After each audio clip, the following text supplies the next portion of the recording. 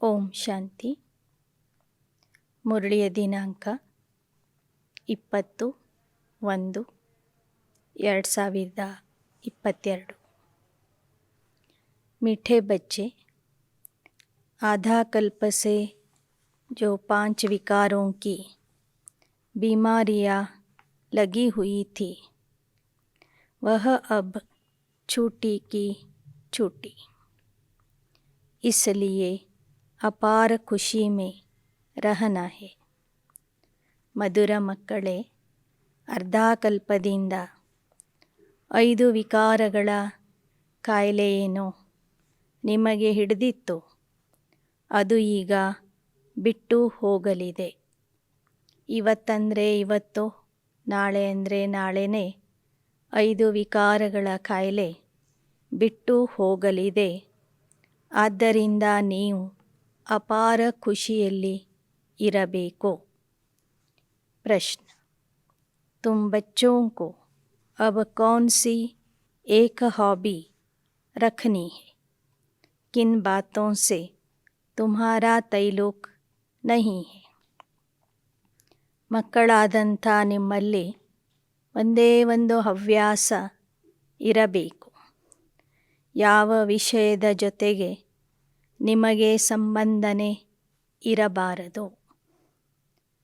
उत्तर: एक बाप से पूरा वर्षा लेने की हॉबी रखनी है।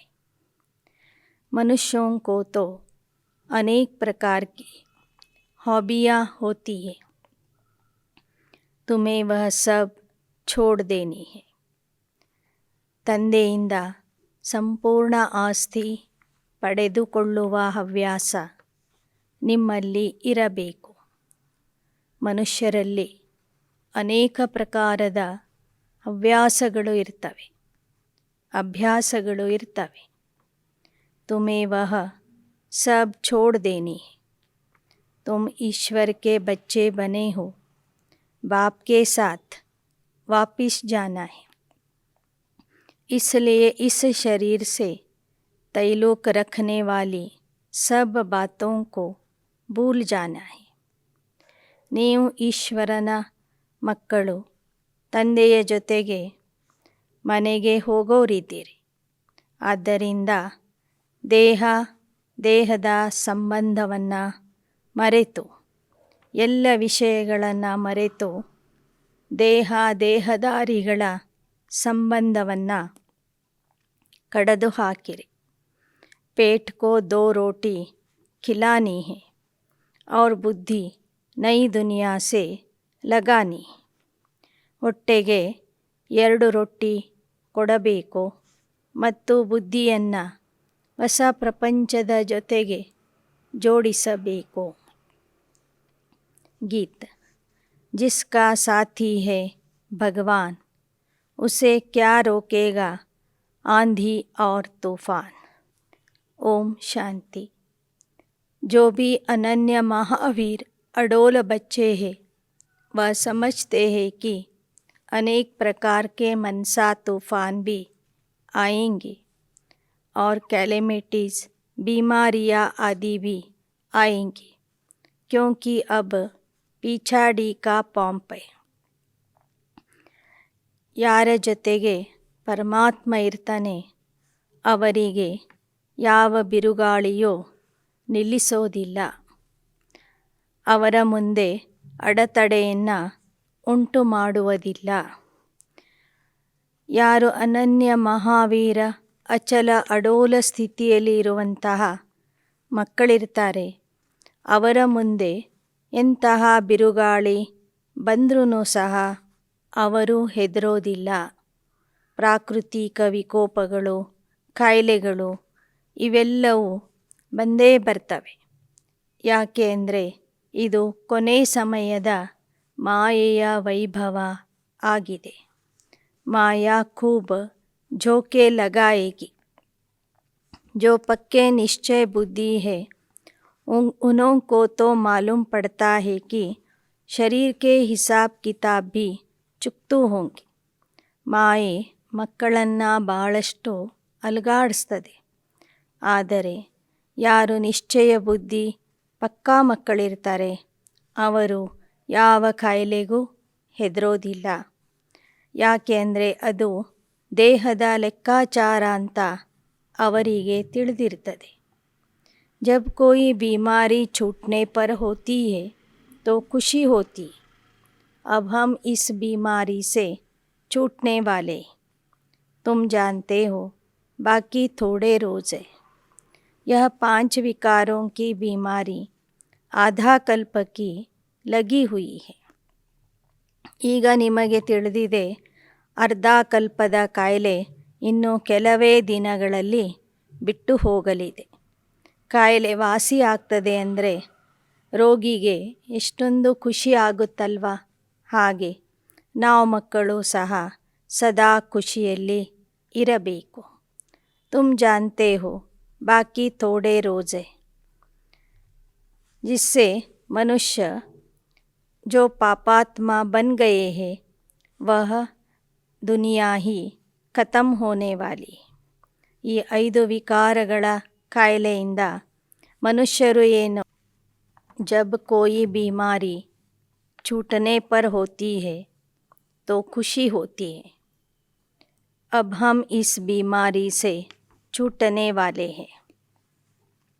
ऐसे यह 5 विकारों की बीमारी जिससे मनुष्य अजामिल जैसे पापात्मा बन गए हैं वह अब छूटने वाली है. यह दुनिया ही बाकी थोड़े रोज़ है. बीमारियाँ ಚೂಟಿ ಕಿ ಚೂಟಿ. ಇನ್ನೇನು ಕಾಯಿಲೆ ವಾಸಿ ಆಗುತ್ತೆ ಅಂದರೆ ರೋಗಿಗೆ ಎಷ್ಟೊಂದು ಖುಷಿ ಆಗ್ತದೆ. ಹಾಗೆ 5 ವಿಕಾರಗಳ ಕಾಯಿಲೆ ಅರ್ಧ ಕಲ್ಪದಿಂದ ಹಿಡಿದಿರುವಂತಹ ಈ ಕಾಯಿಲೆಯ ಕಾರಣದಿಂದ ಮನುಷ್ಯರು ಏನು ಪಾಪಾತ್ಮ ಆಗಿದ್ದಾರೆ ಅಂತಹ 5 ವಿಕಾರಗಳ ಕಾಯಿಲೆ ಇನ್ನು ಹೋಗಲಿದೆ. ಪ್ರಪಂಚನೇ ಬದಲಾಗಲಿದೆ. दुनिया इन बातों को नहीं जानती, वह तो जैसे कि आसुरी बुद्धि है. हाय हाय करते रहेंगे, तुम तो यह घटनाएं देखते रहेंगे. तुम्हारा इन बातों से कोई तैलुक नहीं. ಹೊರಗಿನ ಪ್ರಪಂಚ ಆಸುರಿ ಬುದ್ಧಿಯವರ ಪ್ರಪಂಚ. ಪ್ರತಿದಿನ ಒಂದಿಲ್ಲ ಒಂದು ದುಃಖದಿಂದ ಹಾಯ್ ಹಾಯ್ ಅಂತ ಅಳ್ತಾನೇ ಇದ್ದಾರೆ. ಆದರೆ ನೀವು ಮಕ್ಕಳು ಆ ದುಃಖದ ಘಟನೆಗಳನ್ನು ನೋಡಿದರೂ ಸಹ ದುಃಖಿ ಆಗೋದಿಲ್ಲ. ಆ ಘಟನೆಗಳ ಜೊತೆಗೆ ನಿಮಗೆ ಯಾವ ಸಂಬಂಧನೂ ಇಲ್ಲ. यह तो होना ही है, नई बात नहीं, इसमें डरने की कोई बात नहीं. ಇದ್ಯಾವುದು ಹೊಸದಲ್ಲ, ಇದು ಹಿಂದೆ ನಡೆದಿದ್ದೇ ನಡೀತಾ ಇದೆ ಅಂತ ನಿಮಗೆ ಗೊತ್ತಿರ್ತದೆ. ನಿಮಗೆ ಗೊತ್ತಿರೋದ್ರಿಂದ ನೀವು ಭಯ ಪಡೋದಿಲ್ಲ. पेट को 2 रोटी खिलानी अभी अपने को हॉबी है, बाबा से वर्षा लेने की. ಹೊಟ್ಟೆಗೆ 2 ರೊಟ್ಟಿ ಕೊಡಬೇಕು, ತಂದೆಯ ನೆನಪು ಮಾಡುವ ಅಭ್ಯಾಸ ಮಾಡಬೇಕು. यहाँ कोई हॉबी नहीं रखनी है. शरीर के साथ तैलुक रखने वाली बातों को भूल जाना है. हम ईश्वर के बन गए. अब वापस बाबा के पास, साजन के पास जाना है. ಈ ಹಳೆ ಪ್ರಪಂಚದಲ್ಲಿ ಯಾವ ಹವ್ಯಾಸಗಳು ನಿಮಗೆ ಇರಬಾರದು. ಹಳೆ ಪ್ರಪಂಚದ ಯಾವ ಹವ್ಯಾಸಗಳು ನಿಮ್ಮಲ್ಲಿ ಇರಬಾರದು. ದೇಹದ ಸಂಬಂಧಪಟ್ಟಿರುವಂತಹ ಮಾತುಗಳನ್ನು ನೀವು ಮರಿಬೇಕು. ಈಗ ನೀವು ಈಶ್ವರನ ಮಕ್ಕಳಾಗಿದ್ದೀರಿ, ಮನೆಗೆ ವಾಪಸ್ ಹೋಗೋರಿದ್ದೀರಿ. ಯಾ ಸಾಜನ್ ಭಿ ಬಡಾ ವಿಚಿತ್ರ. ಈ ನಿಮ್ಮ ಪ್ರಿಯತಮ ಬಹಳ ವಿಚಿತ್ರ ಇದ್ದಾನೆ. विचित्र होने के कारण उनको पूरा याद नहीं कर सकते. यह नई रस्म है ना. ಅವನು ವಿಚಿತ್ರ ಇರುವ ಕಾರಣ ನೆನಪು ಮಾಡಲಿಕ್ಕೂ ಕಷ್ಟ ಆಗ್ತದೆ. ನೆನಪು ಮಾಡಲಿಕ್ಕೆ ಆಗೋದಿಲ್ಲ. ಯಾಕೆ ಅಂದರೆ ಇದು ಹೊಸ ಜ್ಞಾನ, ಹೊಸ ಯೋಗ, ಹೊಸ ರೀತಿ ಪದ್ಧತಿಗಳು ಇಲ್ಲಿ ಇವೆ. आत्मा को परमात्मा बाप को याद करना है.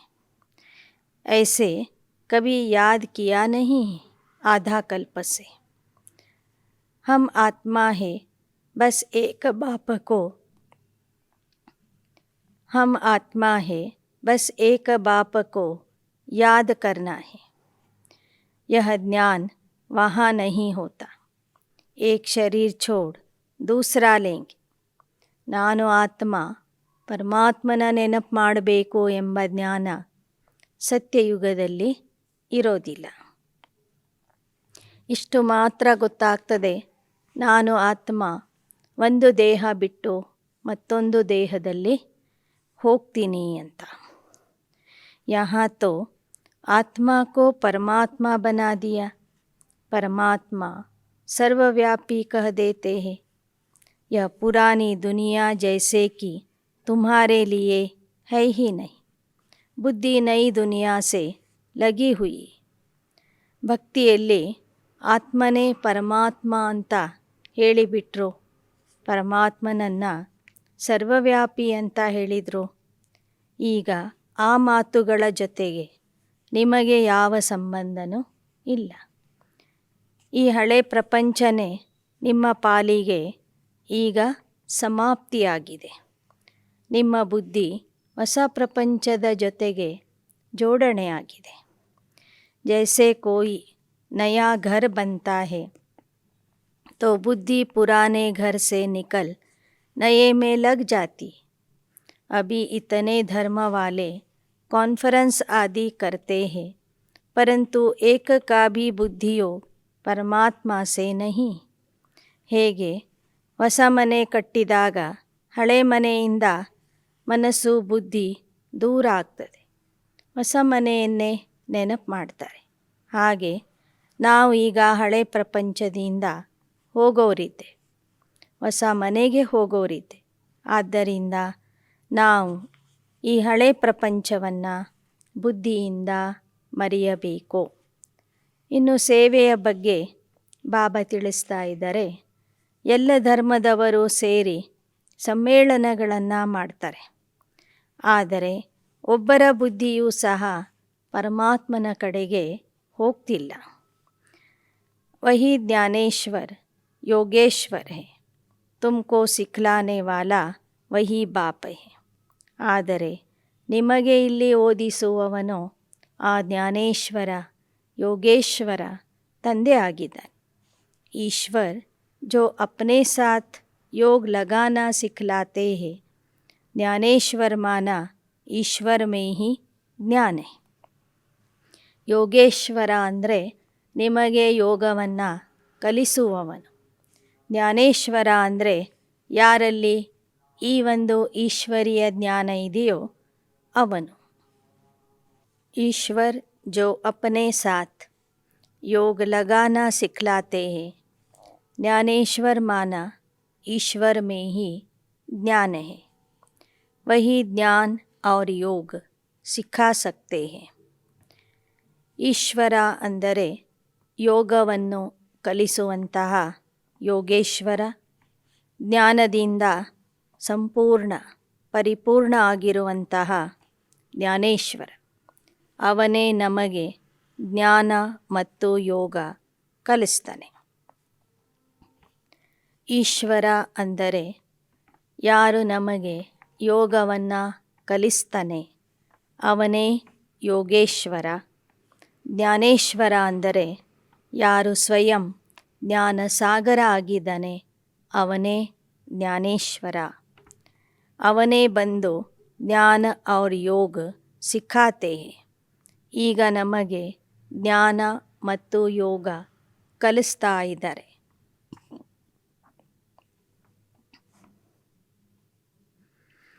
जिनको पक्का निश्चय है वह तो समझते हैं इस दुनिया में हम थोड़े समय के लिए है, वापस जाना है. नाटक में एक्टर्स को मालूम पड़ जाता है कि बाकी थोड़ा समय है, फिर हम घर जाएंगे। घड़ी को देखते रहते, तुम्हारी है बेहद की घड़ी। तुम जानते हो यह ಅಂತಿಮ ಸಮಯ. ಹೇಗೆ ನಾಟಕದ ಪಾತ್ರಧಾರಿಗಳಿಗೆ ಗೊತ್ತಾಗ್ತದೆ ನಾಟಕ ಮುಗಿಲಿಕ್ಕೆ ಬಂದಿದೆ ಅಂತ. ಆಗ ಬಾರಿ ಬಾರಿಗೂ ಅವರು ಗಡಿಯಾರ ನೋಡ್ತಾ ಇರ್ತಾರೆ. ಹಾಗೆ ನಿಮಗೂ ತಿಳಿದಿದೆ ಈ ನಾಟಕ ಮುಗಿಲಿಕ್ಕೆ ಬಂದಿದೆ ಅಂತ. ನೀವು ಬೇಹದ್ದಿನ ಗಡಿಯಾರವನ್ನು ನೋಡ್ತೀರಿ.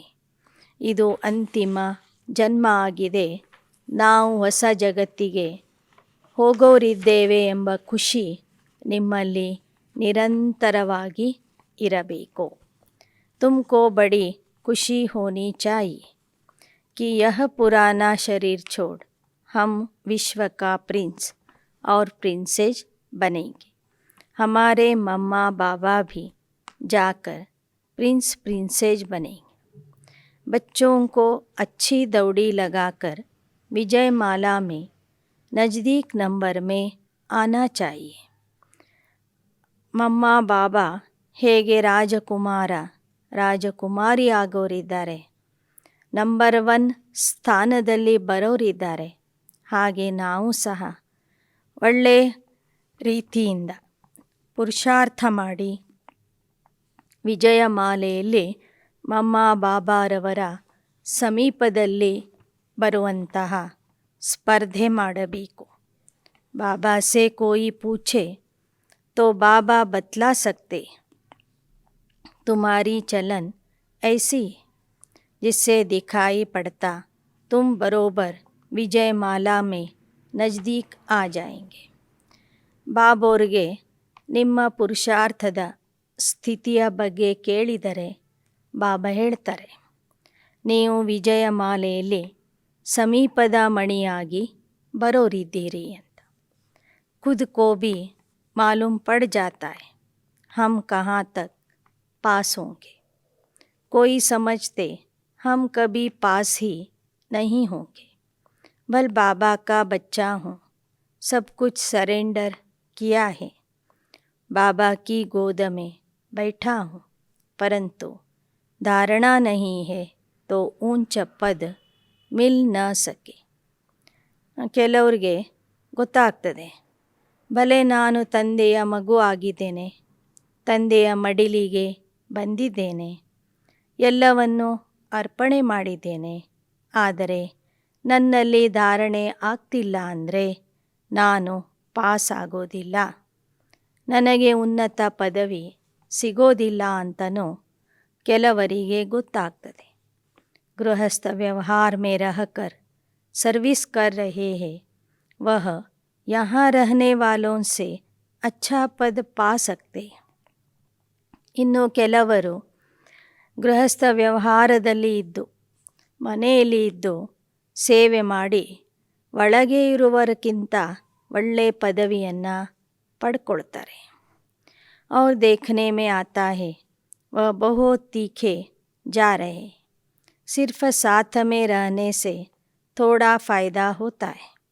ಬಾಬಾ ಹೇಳ್ತಾರೆ, ಯಜ್ಞದಿಂದ ಹೊರಗಿದ್ದವರು, ಸಮರ್ಪಿತ ಆಗದೇ ಇರೋರು ಸಹ ತೀವ್ರ ಪುರುಷಾರ್ಥ ಮಾಡಿ ಒಳಗಿದ್ದವ್ರಿಗಿಂತ ಹೆಚ್ಚಿನ ಪದವಿಯನ್ನು ಪಡ್ಕೊಳ್ತಾರೆ. ಇನ್ನೇನು ಒಳಗೆ ಇರುವಂಥವ್ರಿಗೆ ತಂದೆಯ ಜೊತೆಗಿರುವ ಅವಕಾಶ ಸಿಗ್ತದೆ, ಅಷ್ಟೇ ಅವರಿಗೆ ಲಾಭ ಆಗ್ತದೆ. ಬಾಕಿ ಬಾದಲ್ ಸಾಗರ್ ಕೆ ಪಾಸ್ ಆಯೆ ಭರೆ और फिर यह गए ಬರಸನೆ. ಆದರೆ ಅನೇಕ ಮಕ್ಕಳು ಮನೆಯಿಂದ ಬರುವಂಥವು ಜ್ಞಾನಸಾಗರನ ಹತ್ತಿರ ಬರ್ತಾರೆ, ಮುರಳಿ ಕೇಳ್ತಾರೆ, ಜ್ಞಾನ ಜಲವನ್ನು ತುಂಬಿಕೊಳ್ತಾರೆ, ಮತ್ತೆ ಹೋಗಿ ಎಲ್ಲರಿಗೂ ಹಂಚ್ತಾರೆ. ಮುರಳಿ ತೋ सब तरफ जाती है, मुरली सुनकर फिर सुनाते भी है, बहुत सर्विस करते हैं, ऐसे बच्चे ऊंच पद पा लेते हैं. ಮುರಳಿಯಂತೂ ಎಲ್ಲ ಕೇಂದ್ರಗಳಿಗೂ ಹೋಗ್ತದೆ. ಅನೇಕ ಮಕ್ಕಳು ತಾವು ಮುರಳಿಯನ್ನು ಕೇಳಿ ಜನರಿಗೂ ಸಹ ಓದಿ ಹೇಳ್ತಾರೆ. ಬಹಳ ಸೇವೆ ಮಾಡ್ತಾರೆ, ಪರಿಶ್ರಮ ಪಡ್ತಾರೆ. ಅಂಥ ಮಕ್ಕಳಿಗೆ ಉನ್ನತ ಪದವಿ ದೊರೀತದೆ. यहाँ मेहनत नहीं होती तो गिर पड़ते, सारा मदार ಪುರುಷಾರ್ಥ ಪರ. ಯಾರು ಸಂಗಮ ಯುಗದಲ್ಲಿ ಪರಿಶ್ರಮ ಮಾಡೋದಿಲ್ಲ ಅವರು ಬಿದ್ದೋಗ್ತಾರೆ. ಇಲ್ಲಿಯ ಪರಿಶ್ರಮ ಪುರುಷಾರ್ಥನೇ ಭವಿಷ್ಯದ ಪ್ರಾರಬ್ಧಕ್ಕೆ ಆಧಾರ ಆಗಿದೆ. अपनी नब्ज आपे ही देखी जा सकती है, समझ सकते हैं इस पुरुषार्थ से मैं क्या पद पाऊँगा. अब पुरुषार्थ कर ऊंच पद नहीं पाया तो कल्प कल्पांतर ऐसा पद होगा. यह ಬೇಹದ್ ಕಾ ಡ್ರಾಮಾ ಹೇ.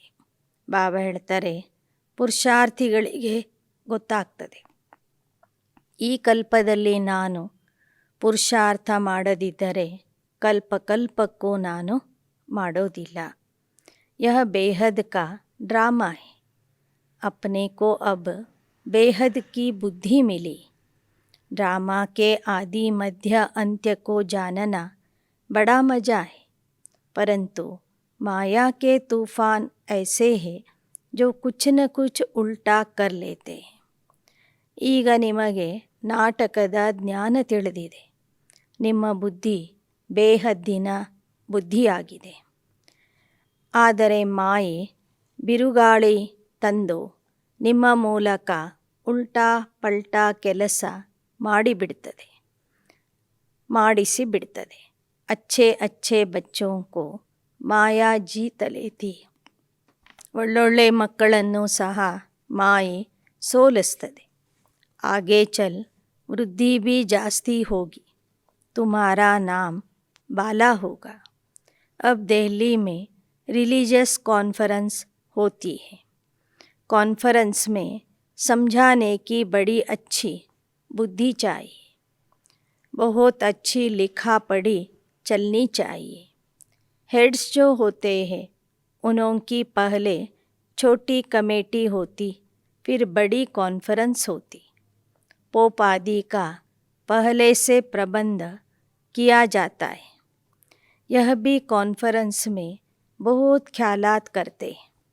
तो ऐसी कॉन्फ्रेंस में बड़े बुद्धिवान बच्चे चाहिए जो बड़े बड़े समझदार हैं, उनको जाकर समझाना चाहिए. ಧರ್ಮ ಸಮ್ಮೇಳನಗಳನ್ನು ಮಾಡ್ತಾರೆ. ದೊಡ್ಡ ಸಮ್ಮೇಳನ ಮಾಡುವ ಮೊದಲು ಚಿಕ್ಕ ಚಿಕ್ಕ ಸಭೆಗಳನ್ನು ಸೇರಿಸ್ತಾರೆ. ದೊಡ್ಡ ದೊಡ್ಡ ಜನರನ್ನು ಆರಿಸ್ತಾರೆ, ಅವರನ್ನು ನಿಮಂತ್ರಣ ಕೊಡ್ತಾರೆ. ಅಂಥ ಸ್ಥಳಕ್ಕೆ ನೀವು ಹೋಗಿ ಅಲ್ಲಿ ಇರುವಂತಹ ಗಣ್ಯ ವ್ಯಕ್ತಿಗಳಿಗೆ ಜ್ಞಾನ ತಿಳಿಸ್ರಿ. ಪಹಲೆ ಯಹ ಬಾತ್ ನಿಕಾಲೋ ಕಿ ಹೆಡ್ ಕೌನ್ ಹೇ. अब बाबा आया हुआ है, इनके पहले किसको देवता धर्म का पता ही नहीं था. ಎಲ್ಲರಿಗೂ ಕೇಳಿ, ಎಲ್ಲ ಧರ್ಮದವರಿಗೆ ಲೀಡರ್ ಯಾರು, ಹೆಡ್ ಯಾರು? ಈಗಂತೂ ತಂದೆ ಬಂದ ಮೇಲೆ ನಿಮಗೆ ತಿಳಿದಿದೆ. ದೇವತಾ ಧರ್ಮದ ಸ್ಥಾಪಕ ಶಿವ ಬಾಬಾ ಆಗಿದ್ದಾರೆ ಅಂತ. ಅಭಿ ಖುಷಿ ಹೋತಿ ಹೈ कि देवता धर्म का हेड वह बाप है जो ज्ञान में परिपक्व हुए हैं, वो अच्छी रीति समझते हैं और समझाते हैं. ಈಗ ನಿಮಗೆ ಗೊತ್ತಾಯಿತು, ದೇವತಾ ಧರ್ಮದ ಸ್ಥಾಪಕ ಪರಮಾತ್ಮ ಆಗಿದ್ದಾನೆ. ಈ ಥರ ಯಾರು ಜ್ಞಾನ ಸರಿಯಾಗಿ ತಿಳ್ಕೊಂಡಿರ್ತಾರೆ, ಜ್ಞಾನದಲ್ಲಿ ಪರಿಪಕ್ವ ಆಗಿರ್ತಾರೆ, ಅವರು ಜನರಿಗೂ ಸಹ ಈ ಜ್ಞಾನವನ್ನು ಸರಿಯಾಗಿ ತಿಳಿಸ್ತಾರೆ. अभी हम इन्हों से पूछ सकते हैं कि बताओ सब धर्मों में ऊंच धर्म कौन सा है, उनको ही हेड बनाना चाहिए. ನೀವು ಆ ಸಮ್ಮೇಳನದ ವ್ಯವಸ್ಥಾಪಕರಿಗೆ ಹೋಗಿ ಕೇಳಬಹುದು, ಎಲ್ಲ ಧರ್ಮಗಳಲ್ಲಿ ಉನ್ನತ ಧರ್ಮ ಯಾವುದು? ಆ ಧರ್ಮದವರನ್ನು ನೀವು ಸಭೆಗೆ, ಸಮ್ಮೇಳನಕ್ಕೆ ಕರಿಬೇಕು. ಅವರನ್ನು ಅಧ್ಯಕ್ಷರನ್ನಾಗಿ ಮಾಡಬೇಕು. ತುಮ್ ಬೀಕೆ ಹೋ ಸಬ್ಸೆ ಹೆಡ್, ತುಮ್ ಜಗತ್ ಮಾತಾಯೇ ಹೋ. ನೀವು ಬ್ರಹ್ಮ ಕುಮಾರ್ ಕುಮಾರಿಯರೇ ಎಲ್ಲರಕ್ಕಿಂತ ದೊಡ್ಡವರು ಅಥವಾ ಹೆಡ್ ಆಗಿದ್ದೀರಿ. ನೀವೆಲ್ಲ ಜಗನ್ಮಾತೆಯರಾಗಿದ್ದೀರಿ. ಮರ್ತಬಾ ಭಿ ಮಾತಾओं का दिखाते हैं कुमारियों ने बाण मारे, भीष्म पितामह आदि को. इन कुमारियों के आगे सबको आना है. ಮಹಾಭಾರತದಲ್ಲೂ ವರ್ಣನೆ ಇದೆ. ಕೊನೆಯಲ್ಲಿ ಭೀಷ್ಮ, ಪಿತಾಮಹ, ದ್ರೋಣಾಚಾರ್ಯ ಇತ್ಯಾದಿ ದೊಡ್ಡ ದೊಡ್ಡ ಆಚಾರ್ಯರಿಗೆ ಕುಮಾರಿಯರ ಮೂಲಕ ಬಾಣ ಹೊಡೆಸಿದ್ರು ಅಂತ. ಈಗ ನೀವೆಲ್ಲ ಕುಮಾರಿಯರು ಎಲ್ಲರ ಮುಂದೆ ಬರಬೇಕಾಗಿದೆ, ಜ್ಞಾನದ ಪ್ರಚಾರ ಮಾಡಬೇಕಾಗಿದೆ. यह समझाना पड़ता है कि ऊंचते ऊंच कौन है. फिर समझ जाएंगे कि सर्वव्यापी का ज्ञान झूठा है. ನೀವು ಹೋಗಿ ತಿಳಿಸ್ರಿ, ಸರ್ವವ್ಯಾಪಿಯ ಜ್ಞಾನ ಸುಳ್ಳಾಗಿದೆ. ಪರಮಾತ್ಮ ಸರ್ವವ್ಯಾಪಿಯಾಗಿಲ್ಲ, ಆದರೆ ಸರ್ವೋನ್ನತ ಆಗಿದ್ದ. ಉನ್ನತಾತಿ ಉನ್ನತ, ಶ್ರೇಷ್ಠಾತಿ ಶ್ರೇಷ್ಠ ಶಕ್ತಿ ಅಂದ್ರೇ ಪರಮಾತ್ಮ ಆಗಿದ್ದಾನೆ ಅಂತ ತಿಳಿಸ್ರಿ. ತುಮ್ ಯುದ್ಧಕ್ಕೆ ಮೈದಾನ್ ಪರ್ ಹೋ, ಬಾಪ್ ಕಾ ಪರಿಚಯ ದೇನಾ ತುಮ್ಹಾರೆ ಲಿಯೇ ಕೋಯಿ ನಯಿ ಬಾತ್ ನಹಿ. ನೀವೀಗ ಯುದ್ಧದ ಮೈದಾನದಲ್ಲಿ ಇದ್ದೀರಿ. ತಂದೆಯ ಪರಿಚಯ ಕೊಡುವುದು ನಿಮಗೇನು ಹೊಸ ವಿಚಾರ ಅಲ್ಲ. ಅಚ್ಚೆ ಅಚ್ಚೆ ಬಚ್ಚೆ जिन्हों को नशा चढ़ा हुआ है, यह पार्ट तो अनेक बार हमने बजाए. अब यह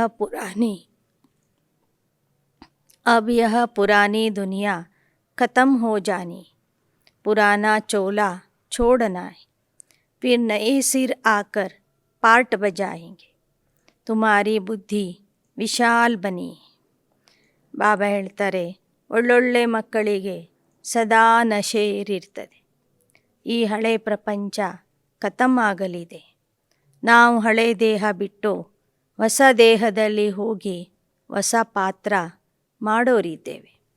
ಈಗ ಮಕ್ಕಳ ಬುದ್ಧಿ ವಿಶಾಲ ಬುದ್ಧಿಯಾಗಿರಬೇಕು. ಯಾ ಪುರಾನ ಚೋಲಾ ಛೋಡ್ನಾ ಹೇ, ಫಿರ್ 84 ಜನ್ಮ ನಯೇ ಚೋಲೆ ಲೇತೆ रहेंगे. ಯಾ ಬುದ್ಧಿ ಮೇ ಸದಾ ರಹನಾ ಚಾಹಿಯೆ. ಈ ಹಳೆ ದೇಹ ಬಿಟ್ಟ ನಂತರ ಮುಂದಿನ ಚಕ್ರದಲ್ಲಿ ಮತ್ತೆ 84 ಜನ್ಮಗಳಲ್ಲಿ 84 ದೇಹಗಳಲ್ಲಿ ನಾವು ಬರೋರಿದ್ದೇವೆ. ಅಬ್ ಖೇಲ್ ಪೂರಾ ಹೋತಾ ಹೈ, ಯಹ ಚೋಲಾ ಭೀ ಪೂರಾ ಹೋತಾ ಹೈ.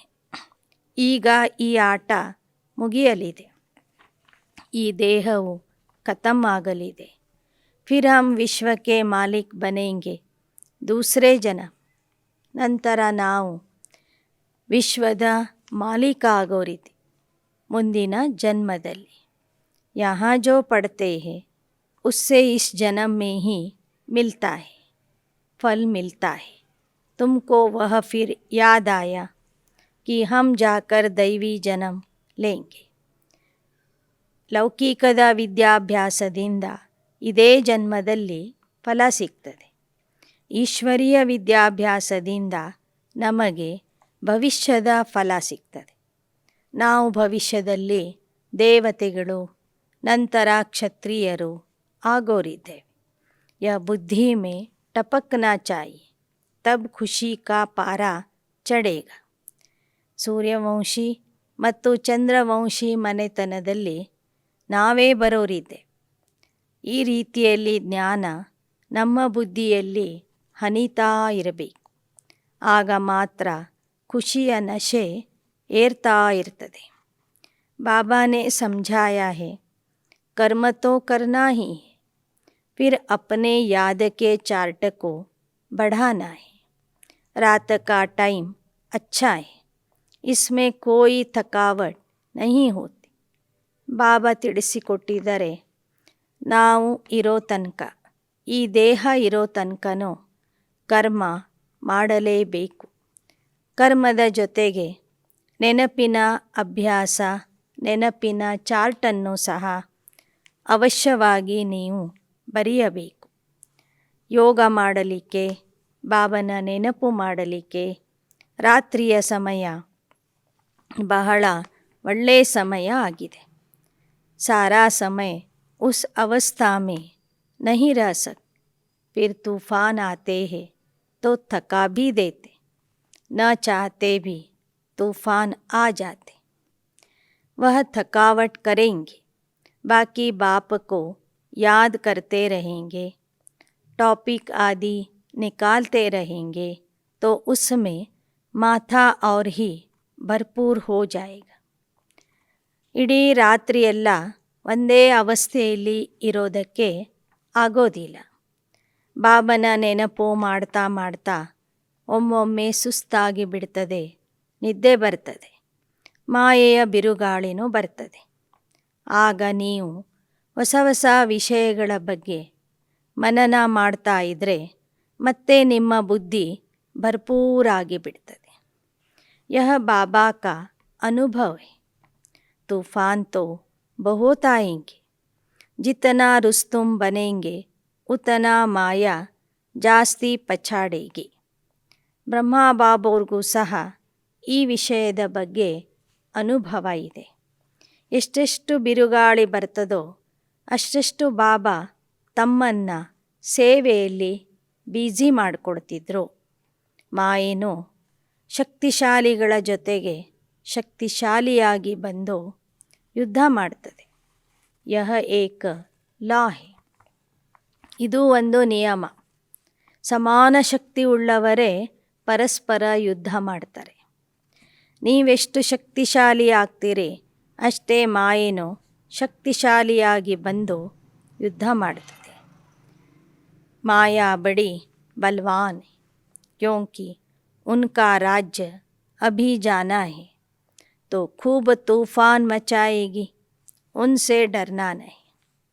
ಮಾಯೆಗೂ ಗೊತ್ತಾಗಿದೆ ಈಗ ಮಾಯೆಯ ರಾಜ್ಯ ಸಮಾಪ್ತಿಯಾಗಲಿದೆ ಅಂತ. ಅದಕ್ಕಾಗಿ ಕೊನೆ ಸಮಯದಲ್ಲಿ ನಿಮ್ಮನ್ನು ಬಹಳಷ್ಟು ತೊಂದರೆ ಕೊಡ್ತದೆ. ಉನ್ಸೆ ಡರ್ನಾ ನಹಿ. ದೊಡ್ಡ ದೊಡ್ಡ ಬಿರುಗಾಳಿಯನ್ನೇ ತಂದಾಕ್ತದೆ. ಆದರೆ ನೀವು भया पड़बारದು. शरीर को कुछ होता है, वह भी कर्म भोग है, इसमें गुटका नहीं खाना है. ದೇಹಕ್ಕೂ ಸಹ ಅನೇಕ ಕಾಯಿಲೆಗಳು ಬರಬಹುದು. ಅದಕ್ಕೂ ನೀವು ಹೆದರಬಾರದು. ಇದು ಕೊನೆ ಜನ್ಮದ ಕೊನೆ ಶರೀರ ಆಗಿದೆ. ಬಾಕಿ ಥೋಡಾ ಸಮಯ ಐಸೆ ಕರ್ತೆ ಖುಷಿ ಮೇ ರಹನಾ ಚಾಹಿಯೆ. ಇನ್ನೇನು ಸ್ವಲ್ಪೇ ಸಮಯ ಉಳಿದಿದೆ.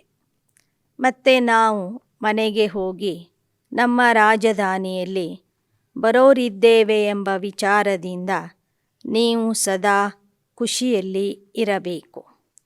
ಡ್ರಾಮಾ ಮೇ ಇಸ್ ಸಮಯ ತುಮ್ ಸಬ್ಸೆ ಜಾಸ್ತಿ ಮರ್ತಬೆ ವಾಲೆ ಹೋ, ಕ್ಯೋಂಕಿ परमपिता परमात्मा की गोद ली है. तुम्हारे में भी जो अच्छे पुरुषार्थी है उन्हों जैसा सौभाग्यशाली कोई नहीं. ನಾಟಕದ ಅನುಸಾರವಾಗಿ ನೀವೀಗ ಪರಮಾತ್ಮನ ಮಡಿಲಿಗೆ ಬಂದಿದ್ದೀರಿ. तुम्हारे में जो अच्छे पुरुषार्थी है उन्हों जैसा सौभाग्यशाली कोई है नहीं. ನಿಮ್ಮಲ್ಲಿಯೂ ಸಹ ಯಾರು ಒಳ್ಳೆಯ ಪುರುಷಾರ್ಥಿಯಾಗಿದ್ದಾರೆ ಅವರ ಸಮಾನ ಸೌಭಾಗ್ಯಶಾಲಿಗಳು ಬೇರೆ ಯಾರೂ ಇಲ್ಲ. यह ईश्वरीय सुख बहुत ऊंचे है. तुम समझा सकते हो भारत स्वर्ग था, अविनाशी खंड था और कोई धर्म नहीं था. वह तो सब बाद में आए हैं. यह ज्ञान सतयुग में नहीं था. अगर होता तो अंदर ही गुटखा खाते रहते. ಎಲ್ಲರಿಗೂ ನೀವು ಭಾರತದ ಇತಿಹಾಸ ತಿಳಿಸಿ. ಭಾರತ ಸ್ವರ್ಗ ಆಗಿತ್ತು. ಅಲ್ಲಿ ದುಃಖದ ಮಾತೇ ಇರಲಿಲ್ಲ. ಆ ಸತ್ಯಯುಗದಲ್ಲಿ ಈ ಈಶ್ವರೀಯ ಜ್ಞಾನನೂ ನಿಮಗೆ ಗೊತ್ತಿರಲಿಲ್ಲ. ಒಂದು ವೇಳೆ ಸತ್ಯಯುಗದಲ್ಲಿ ಈಶ್ವರೀಯ ಜ್ಞಾನ ಗೊತ್ತಿದ್ದಿದ್ದೇ ಆದರೆ ಅಲ್ಲಿಯೂ ಸಹ ನಿಮ್ಮ ಮನಸ್ಸಿಗೆ ದುಃಖ ಆಗ್ತಿತ್ತು. कि हम जाकर फिर उतरेंगे, दिल खाएगी, राजाई ही अच्छी नहीं लगेगी, यहाँ भी कोई कोई कहते हम स्वर्ग के मालिक बनते फिर नीचे उतरना पड़ेगा. ಬಾಬಾ ಹೇಳ್ತಾರೆ, ಇಲ್ಲಿಯೂ ಸಹ ಬಾಬೋರ್ ಮಕ್ಕಳು ಕೆಲವರು ಕೇಳ್ತಿರ್ತಾರೆ, ನಾವು ಸ್ವರ್ಗದ ಮಾಲೀಕ ಆಗಿರ್ತೀವಿ, ಮತ್ತೆ ಯಾಕೆ ನಾವು ಕೆಳಗೆ ಬರಬೇಕು, ಮತ್ತೆ ಯಾಕೆ ದುಃಖದಲ್ಲಿ ಬರಬೇಕು. ಪರಂತು ವहाँ भी राजाई मिलने की खुशी है. अभी तुमको बाबा ತ್ರಿಕಾಲದರ್ಶಿ ಬನಾ ರಹೆ. ಬಾಬಾ ಹೇಳ್ತಾರೆ, ಮುಂದಿನ ದ್ವಾಪರ ಯುಗ ಕಲಿಯುಗದ ಚಿಂತೆ ಈಗಲೇ ಯಾಕೆ ಮಾಡ್ತೀರಿ. ಸತ್ಯ ತ್ರೇತಾಯುಗದಲ್ಲಂತೂ ಅತ್ಯಂತ ಸುಖದಲ್ಲಿ ಇರ್ತೀರಿ, ಖುಷಿಯಿಂದ ಇರ್ತೀರಿ. ಈಗ ಬಾಬಾ ನಿಮಗೆ ತ್ರಿಕಾಲದರ್ಶಿಯನ್ನಾಗಿ ಮಾಡ್ತಾ ಇದ್ದಾರೆ. ಲಕ್ಷ್ಮೀನಾರಾಯಣ್ ಜೋ ಸ್ವರ್ಗಕ್ಕೆ ಮಾಲೀಕ್ ಹೈ ವಹ ಭಿ त्रिकालदर्शी नहीं. संगम पर बाप आकर तीसरा नेत्र ज्ञान का देकर त्रिकालदर्शी बनाते हैं. ಬಾಬಾ ನಿಮ್ಮನ್ನು ತ್ರಿಕಾಲದರ್ಶಿಯನ್ನಾಗಿ ಮಾಡಿದ್ದಾರೆ. ಸ್ವರ್ಗದ ಮಾಲೀಕರು ಲಕ್ಷ್ಮೀನಾರಾಯಣರು ಸಹ ತ್ರಿಕಾಲದರ್ಶಿ ಆಗಿರೋದಿಲ್ಲ. ಸಂಗಮ ಯುಗದಲ್ಲಿ ಮಾತ್ರ ಪರಮಾತ್ಮ ತಂದೆ ಬಂದು ನಿಮಗೆ ಮೂರನೇ ಜ್ಞಾನದ ನೇತ್ರ ಕೊಟ್ಟು ತ್ರಿಕಾಲದರ್ಶಿಯನ್ನಾಗಿ ಮಾಡ್ತಾರೆ. ದೇವತಾओं ಯಹ ಸಬ್ ಅಲಂಕಾರ ಕ್ಯೋं ದೇತೆ, ಕ್ಯೋಂಕಿ ವಹ ಫೈನಲ್ ಮೇ ಶಂಖು ಚಕ್ರ ಗದಾ ಪದ್ಮ ಮತ್ತು ಮೂರನೇ ನೇತ್ರದ ಈ ಗುರುತುಗಳನ್ನು, ಈ ಅಲಂಕಾರಗಳನ್ನು ದೇವತೆಗಳಿಗೆ ತೋರಿಸಿದ್ದಾರೆ. ಯಾಕೆ ಅಂದರೆ ದೇವತಾ ರೂಪ ಅಂದರೆ ನಿಮ್ಮ ಫೈನಲ್ ರೂಪ ಆಗಿರ್ತದೆ, ಪರಿಪೂರ್ಣ ರೂಪ. ಬ್ರಾಹ್ಮಣ ಸ್ವರೂಪ ಅಂದರೆ ಇನ್ನೂ ನೀವು ಪುರುಷಾರ್ಥಿ ಆಗಿರ್ತೀರಿ. ಬ್ರಾಹ್ಮಣ್ ಗಿರ್ತೆ और चढ़ते रहते, उन्हों को अलंकार कैसे दे सकते, ಶೋಭತೆ ಹಿ ನೈ. ಬ್ರಾಹ್ಮಣರ ಕೈಯಲ್ಲಿ ಅಲಂಕಾರಗಳನ್ನು ತೋರಿಸಿಬಿಟ್ಟರೆ ಬ್ರಾಹ್ಮಣರು ನಿರಂತರವಾಗಿ ಆ ಅಲಂಕಾರಗಳನ್ನು ಹಿಡ್ಕೊಂಡಿರಲ್ಲ. ಬ್ರಾಹ್ಮಣರು ಅಂದರೆ ಸಂಗಮ ಯುಗದ ಈಶ್ವರೀಯ ಪುರುಷಾರ್ಥಿಗಳು ಒಮ್ಮೆ ಮೇಲೇರ್ತಾರೆ, ಒಮ್ಮೆ ಕೆಳಗಿಳಿತಾರೆ, ಒಮ್ಮೆ ಅಲಂಕಾರ ಹಿಡ್ಕೊಂಡಿರ್ತಾರೆ, ಒಮ್ಮೆ ಅಲಂಕಾರಗಳನ್ನು ಬಿಸಾಡಿಬಿಡ್ತಾರೆ. ಒಮ್ಮೆ ಅಲಂಕಾರಗಳನ್ನು ಹಿಡ್ಕೊಂಡಿರ್ತಾರೆ, ಒಮ್ಮೊಮ್ಮೆ ಅಲಂಕಾರಗಳನ್ನು ಬಿಟ್ಟುಬಿಡ್ತಾರೆ. ಹೀಗಾಗಿ ಸಂಗಮಯುಗದ ಬ್ರಾಹ್ಮಣರ ಕೈಯಲ್ಲಿ ಅಲಂಕಾರಗಳನ್ನು ಭಕ್ತರು ತೋರಿಸಿಲ್ಲ. ದೇಖೋ ಡ್ರಾಮಾ ಮೇ ಕಿತನಾ ವಂಡರ್ಫುಲ್ ರಾಜ್ ಹೈ. ನೋಡಿ, ಭಕ್ತರಿಗೂ ಯಾವ ಥರ ಬುದ್ಧಿ ಬಂದಿದೆ. ನಾಟಕದಲ್ಲಿ ಈ ರಹಸ್ಯ ಎಷ್ಟು ವಂಡರ್ಫುಲ್ ಆಗಿದೆ. ಭಕ್ತರು ನಿಮ್ಮ ಅಲಂಕಾರಗಳನ್ನು ದೇವತೆಗಳ ಕೈಯಲ್ಲಿ ತೋರಿಸಿದ್ದಾರೆ ವಿನಃ ಬ್ರಾಹ್ಮಣರ ಕೈಯಲ್ಲಿ ತೋರಿಸಿಲ್ಲ. ವಾಸ್ತವಿಕವಾಗಿ ಬಾಬಾ ಕೊಟ್ಟಿರೋದು ನಿಮಗೆ. ಈ ಅಲಂಕಾರಗಳನ್ನು ಬಾಬಾ ಸಂಗಮ ಯುಗದಲ್ಲಿ ಬ್ರಾಹ್ಮಣರಿಗೆ ಕೊಡ್ತಾರೆ. ಆದರೆ ಭಕ್ತರು ಬ್ರಾಹ್ಮಣರಿಗೆ ಅದನ್ನು ಕೊಟ್ಟಿಲ್ಲ, ದೇವತೆಗಳ ಕೈಯಲ್ಲಿ ಕೊಟ್ಟಿದ್ದಾರೆ. ವಾಸ್ತವ ಮೇ ಸ್ವದರ್ಶನ್ ಚಕ್ರಧಾರಿ त्रिनेत्री त्रिकालदर्शी तुम हो, यह तुम्हारा टाइटल है.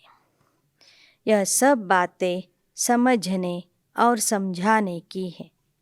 ವಾಸ್ತವಿಕವಾಗಿ ನಿಜವಾದ ಸ್ವದರ್ಶನ ಚಕ್ರಧಾರಿಗಳು, ತ್ರಿನೇತ್ರಿಗಳು, ತ್ರಿಕಾಲದರ್ಶಿಗಳು ನೀವಾಗಿದ್ದೀರಿ.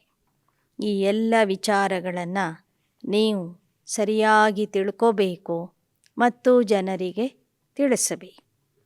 पहले पहले बाप का परिचय देना है। उनका नाम है गॉड फादर।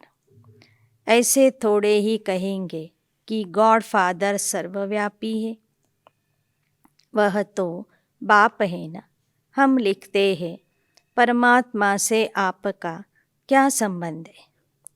परम पिता कहते हैं तो जरूर पिता ठहरा। ಜನರಿಗೆ ನೀವು ಕೇಳಿ, ಪರಮಾತ್ಮನ ಜೊತೆಗೆ ನಿಮಗೆ ಯಾವ ಸಂಬಂಧ ಇದೆ ಅಂತ. ಆಗ ಅವರು ಹೇಳ್ತಾರೆ, ಪರಮಾತ್ಮ ಎಲ್ಲರಿಗೂ ತಂದೆ ಆಗಿದ್ದಾನೆ ಅಂತ. ಹಾಗಾದರೆ ತಂದೆ ಆದವನು ಎಂದಾದರೂ ಸರ್ವವ್ಯಾಪಿ ಆಗ್ತಾನೇನೋ ಅಂತ ಪ್ರಶ್ನೆ ಕೇಳ್ರಿ. बाप से तो वर्षा मिलता है, बाप रचयिता है नई दुनिया का. ನಂತರ ತಿಳಿಸ್ರಿ, ತಂದೆ ಆದವರು ಸರ್ವವ್ಯಾಪಿ ಆಗಿರೋದಿಲ್ಲ. ಒಂದು ಸ್ಥಳದಲ್ಲಿ ಇರ್ತಾರೆ, ಅವರದೇ ಆಗಿರುವಂಥ ನಾಮ ರೂಪ ಕರ್ತವ್ಯ ಇರ್ತದೆ. ತಂದೆ ಅಂದ್ರೇ ಆಸ್ತಿ ಕೊಡೋರು. ಹಾಗೆ ಪರಮಾತ್ಮ ಮಕ್ಕಳಿಗೆ ಆಸ್ತಿ ಕೊಡ್ತಾನೆ, ಹೊಸ ಪ್ರಪಂಚದ ಆಸ್ತಿ. ಅವನು ಆ ಹೊಸ ಪ್ರಪಂಚದ ರಚಯಿತ ಆಗಿದ್ದಾನೆ. इन लक्ष्मी नारायण को नई दुनिया का वर्षा मिला हुआ है. वहाँ देवताओं को तीसरे नेत्र की दरकार नहीं है. तीसरा नेत्र जरूर ब्रह्मा द्वारा ही देंगे. त्रिमूर्ति का अर्थ कितना अच्छा है. ದೇವತೆಗಳಿಗೆ ಮೂರನೇ ನೇತ್ರ ಕೊಡೋದಿಲ್ಲ. ಶಿವಬಾಬಾ ಸಂಗಮ ಯುಗದ ಬ್ರಾಹ್ಮಣರಿಗೆ ಬ್ರಹ್ಮಾರವರ ಮೂಲಕ ಮೂರನೇ ಜ್ಞಾನದ ನೇತ್ರ ಕೊಡ್ತಾರೆ.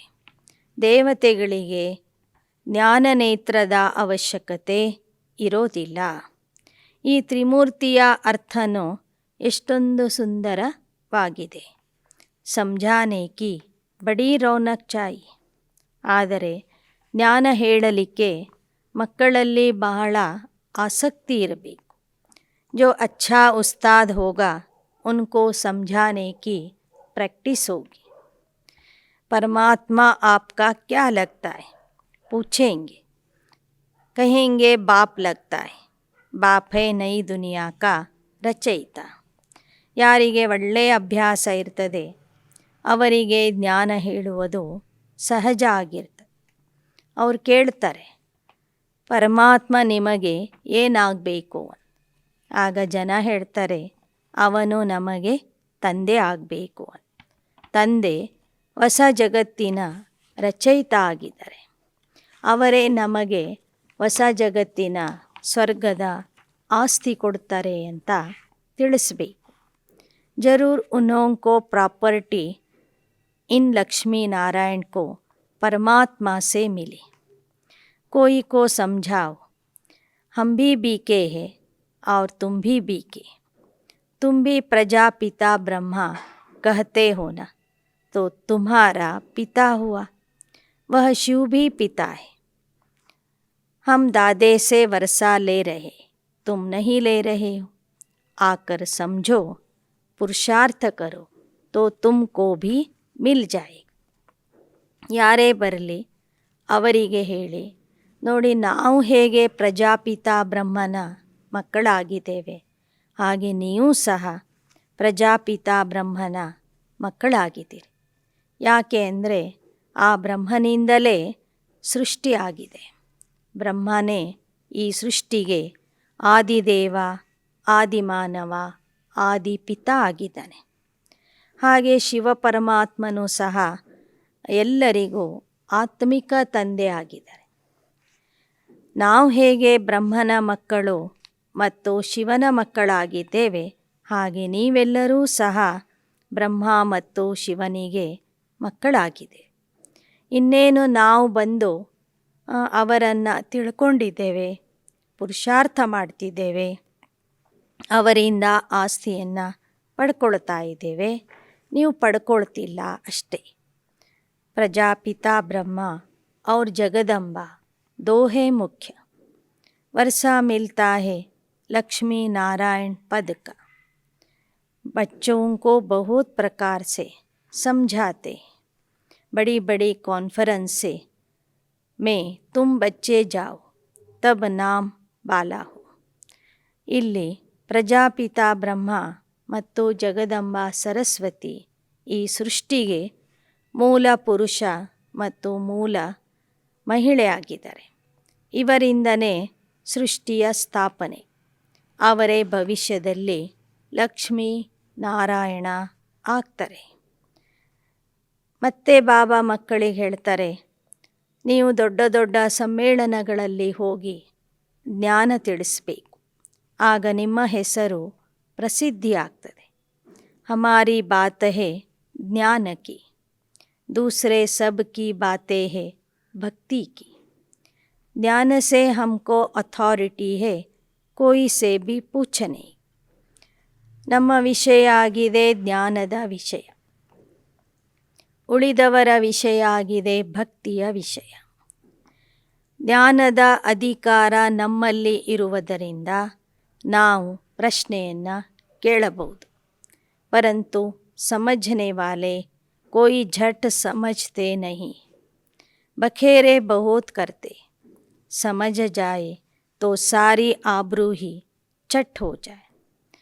ಆದರೆ ನಾವು ಎಷ್ಟು ತಿಳಿಸಿಕೊಟ್ರೂ ತಿಳ್ಕೊಳ್ಳುವಂಥವರು ದಿಮಾಕ್ ತೋರಿಸ್ತಾರೆ.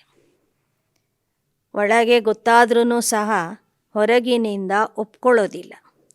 ಒಂದು ವೇಳೆ ಒಪ್ಕೊಂಡ್ಬಿಟ್ರೆ ಈ ಜ್ಞಾನ ಅವರ ಮರ್ಯಾದೆನೇ ಕಡಿಮೆ ಆಗ್ತದೆ. लिखा हुआ है, कुमारियों ने भीष्म पितामह को जीता, यह होना है ड्रामा में, यह पार्ट है जरूर.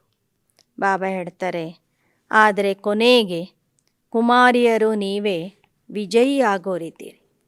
ದೊಡ್ಡ ದೊಡ್ಡ ಆಚಾರ್ಯ ಪಂಡಿತರು ವಿದ್ವಾನರು ಭೀಷ್ಮ ಪಿತಾಮಹನ ಸಮಾನ ಇರ್ತಕ್ಕಂತಹ ದೊಡ್ಡ ದೊಡ್ಡ ಆಚಾರ್ಯರಿಗೆ ನೀವು ಜ್ಞಾನ ಹೇಳೋರಿದ್ದೀರಿ.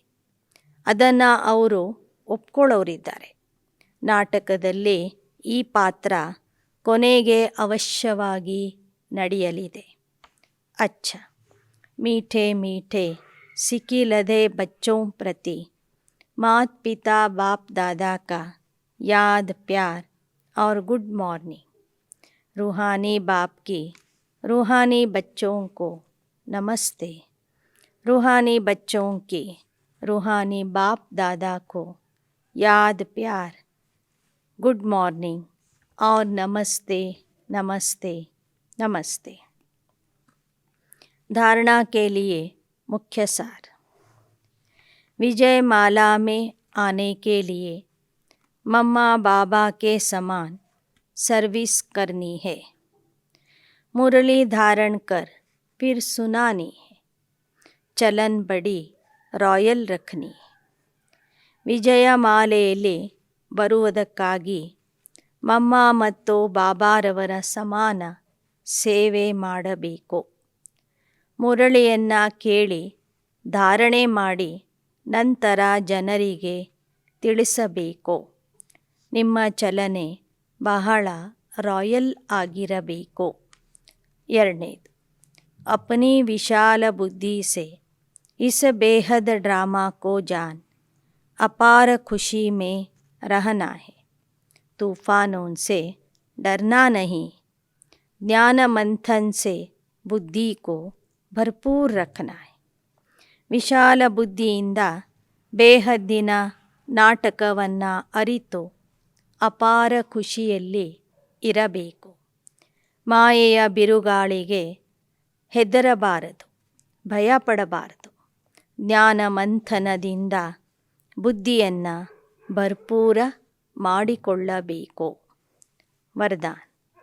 विपरीत भावनाओं को समाप्त कर अव्यक्त स्थिति का अनुभव करने वाले सद्भावना संपन्न भव. ವಿರೋಧಾತ್ಮಕ ಭಾವನೆಗಳನ್ನು ಸಮಾಪ್ತಿ ಮಾಡಿ ಅವ್ಯಕ್ತ ಸ್ಥಿತಿಯ ಅನುಭವ ಮಾಡುವಂತಹ ಸದ್ಭಾವನೆಗಳಿಂದ ಸಂಪನ್ನ ಆಗಿರಿ. जीवन में उड़ती कला व गिरती कला का आधार दो बातें हैं, भावना और भाव। सर्व के प्रति कल्याण की भावना, स्नेह सहयोग देने की भावना, हिम्मत उल्लास बढ़ाने की भावना, आत्मिक स्वरूप की भावना व अपनेपन की भावना ही सद्भावना है। ऐसी भावना वाले ही अव्यक्त स्थिति में स्थित हो सकते। अगर इनके विपरीत भावना है तो व्यक्त भाव अपनी तरफ आकर्षित करता है। किसी भी विघ्न का मूल कारण यह ವಿಪರೀತ ಭಾವನಾಯೇ है। ಜೀವನದಲ್ಲಿ ಹಾರುವ ಕಲೆ ಅಥವಾ ಇಳಿಯುವ ಕಲೆಗೆ ಆಧಾರ ಭಾವನೆ ಮತ್ತು ಭಾವ ಅಥವಾ ಅಂತರದೃಷ್ಟಿ। ಸರ್ವರ ಪ್ರತಿ ಕಲ್ಯಾಣದ ಭಾವನೆ, ಸ್ನೇಹ ಸಹಯೋಗ ಕೊಡುವ ಭಾವನೆ, ಉಲ್ಲಾಸ ಉತ್ಸಾಹ ತುಂಬುವ ಭಾವನೆ, ಆತ್ಮಿಕ ಸ್ವರೂಪದ ಭಾವನೆ, ನಮ್ಮತನದ ಭಾವನೆಯೇ ಸದ್ಭಾವನೆ ಆಗಿದೆ। ಇಂತಹ ಸದ್ಭಾವನೆ ಉಳ್ಳವರು ಅವ್ಯಕ್ತ ಸ್ಥಿತಿಯಲ್ಲಿ ಸ್ಥಿತ ಆಗ್ತಾರೆ। ಇದರ ವಿಪರೀತವಾದಂತಹ ಭಾವನೆ ಉಳ್ಳವರು ವ್ಯಕ್ತ ಭಾವನೆಗಳಿಗೆ ಆಕರ್ಷಿತ ಆಗ್ತಾರೆ। ಯಾವುದೇ ಒಂದು ವಿಘ್ನ ಬರಲು ಕಾರಣ ಆಗಿದೆ ನಕಾರಾತ್ಮಕ ಭಾವನೆಗಳು। ಸ್ಲೋಗನ್: ಸರ್ವಶಕ್ತಿಮಾನ್ ಬಾಪ್ जिसके साथ है, माया उसके सामने ಪೇಪರ್ ಟೈಗರ್ है। ಯಾರ ಜೊತೆಗೆ ಸರ್ವಶಕ್ತಿವಂತ ಇರ್ತಾನೆ ಅವರ ಮುಂದೆ ಮಾಯೆ ಕಾಗದದ ಹುಲಿಯಾಗಿದೆ। लवलीन स्थिति का अनुभव करो। जिससे प्यार होता है उसको जो अच्छा लगता वही किया जाता है। बाप को बच्चों का अपसेट होना अच्छा नहीं लगता, इसलिए कभी भी यह नहीं कहो कि क्या करें। बात ही ऐसी थी इसलिए अपसेट हो गए। अगर बात अपसेट की आती भी है तो आप अपनी स्थिति अपसेट नहीं करना। ಯಾರಿಗೆ ಯಾರ ಮೇಲೆ ಪ್ರೀತಿ ಇರ್ತದೆ ಅವರ ಕಷ್ಟಗಳು ಪ್ರೀತಿ ಇರೋರಿಗೆ ನೋಡಲಿಕ್ಕೆ ಆಗೋದಿಲ್ಲ। ಲವಲೀನ್ ಸ್ಥಿತಿ ಕಾ ಅನುಭವ ಕರೋ। ಯಾರ ಮೇಲೆ ಪ್ರೀತಿ ಇರುತ್ತೋ ಅವರ ಕೊರತೆಗಳು ತಂದೆಯಿಂದ ನೋಡಲಿಕ್ಕೆ ಆಗೋದಿಲ್ಲ। ಮಕ್ಕಳು ಅಪ್ಸೆಟ್ ಆಗುವುದನ್ನು ತಂದೆಗೆ ಇಷ್ಟ ಆಗೋದಿಲ್ಲ। ಮಕ್ಕಳು ಹೇಳ್ತಾರೆ, ಏನು ಮಾಡುವುದು, ಈ ಥರ ಆಯಿತು, ಮಾಯೆ ಬಂತು, ಅದಕ್ಕೆ ಅಪ್ಸೆಟ್ ಆಗಿದ್ದೇವೆ ಅಂತ। ಆದರೆ ಬಾಬಾ ಹೇಳ್ತಾರೆ, ಅಪ್ಸೆಟ್ ಆಗುವಂತಹ ಪರಿಸ್ಥಿತಿ ಬಂದರೂ ಸಹ ನೀವು ನಿಮ್ಮ ಸ್ವಸ್ಥಿತಿಯಿಂದ ಸದಾ ಸೆಟ್ ಆಗಿರಿ, ಅಪ್ಸೆಟ್ ಆಗಬೇಡಿ। ಅಚ್ಚಾ, ಓಂ ಶಾಂತಿ।